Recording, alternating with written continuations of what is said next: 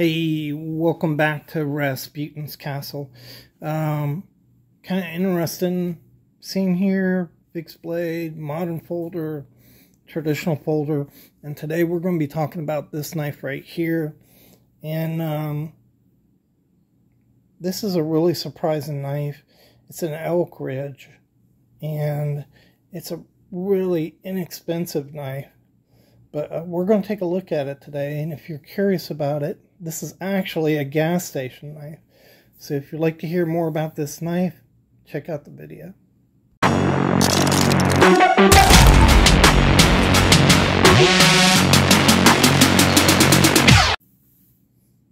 Okay, welcome back to the channel. And I'd like to just welcome all of my viewers and say hi to my foreign viewers. Bonjour, privet, guten tag, hola, and ciao. And today we're going to be looking at this little bow trapper here. It is a two-bladed knife. You can kind of see that, I think. And it's a pretty little knife. And it's surprising in a lot of ways. And in some ways it's not so surprising. So we're going to look at that. It's bow trapper. So bows up. It's really, a saddle horn would be straighter along here and then curve up like this rapidly. So this is actually bowing, and that's why they call it a bow trapper. And this is made by Elk Ridge. It is 4 inches long. And I'm just going to call it 4 inches. You've got stainless steel liners, bolsters, brass pins, 4 pins in there. That's kind of interesting right here, that they put pins on both sides here. You have a nice lanyard right there. Kind of dirty too, I didn't notice that. You've got a scrolled bolster here. 2 different designs really. You have this at the top, this at the bottom. And nice clip blade. Nice walk and talk on it. It's brushed finish on it.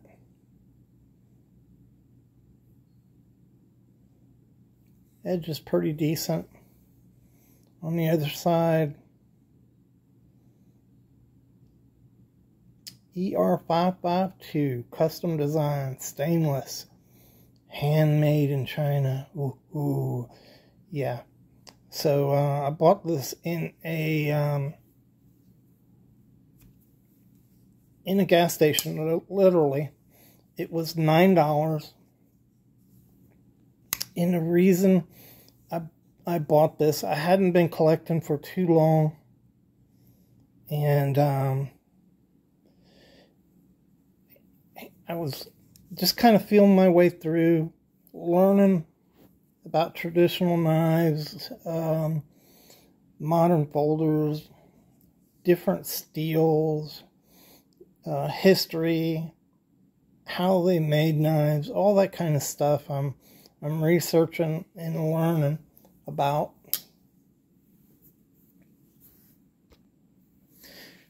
And on a lot of knife reviews, when you're looking at traditional folder like this,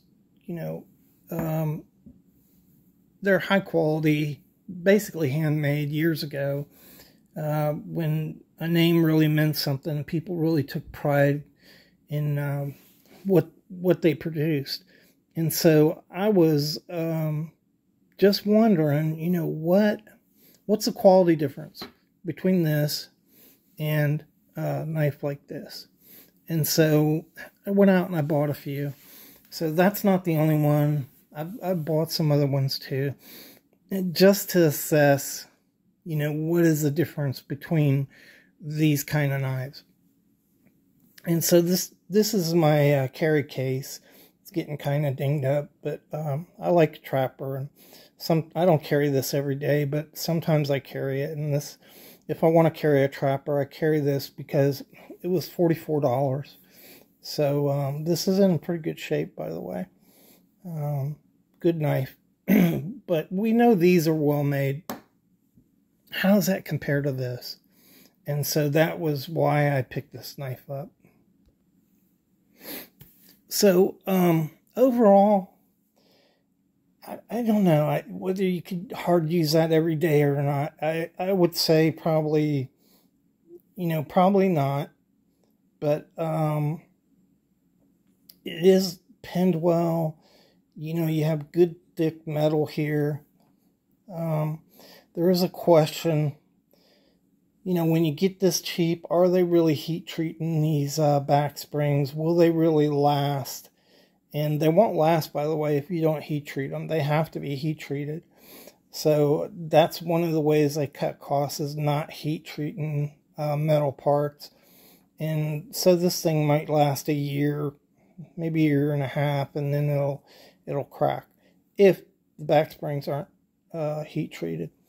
But I really like the scroll work in this. I wish companies did more of this.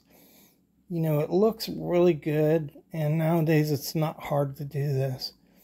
So I don't know whether you guys like it or not, but you can tell the burl. You have one look here, different look on the back. So that's not real good, but it is kind of cool. And this is kind of, when you talk about China burl wood, it looks like this a lot. This actually looks better than most of the ones you've seen. I haven't tried to clean this up, polish it in any way, so maybe you could bring that out better than they did. I don't know. I just wanted to see, what you get for $9. And let me show you this.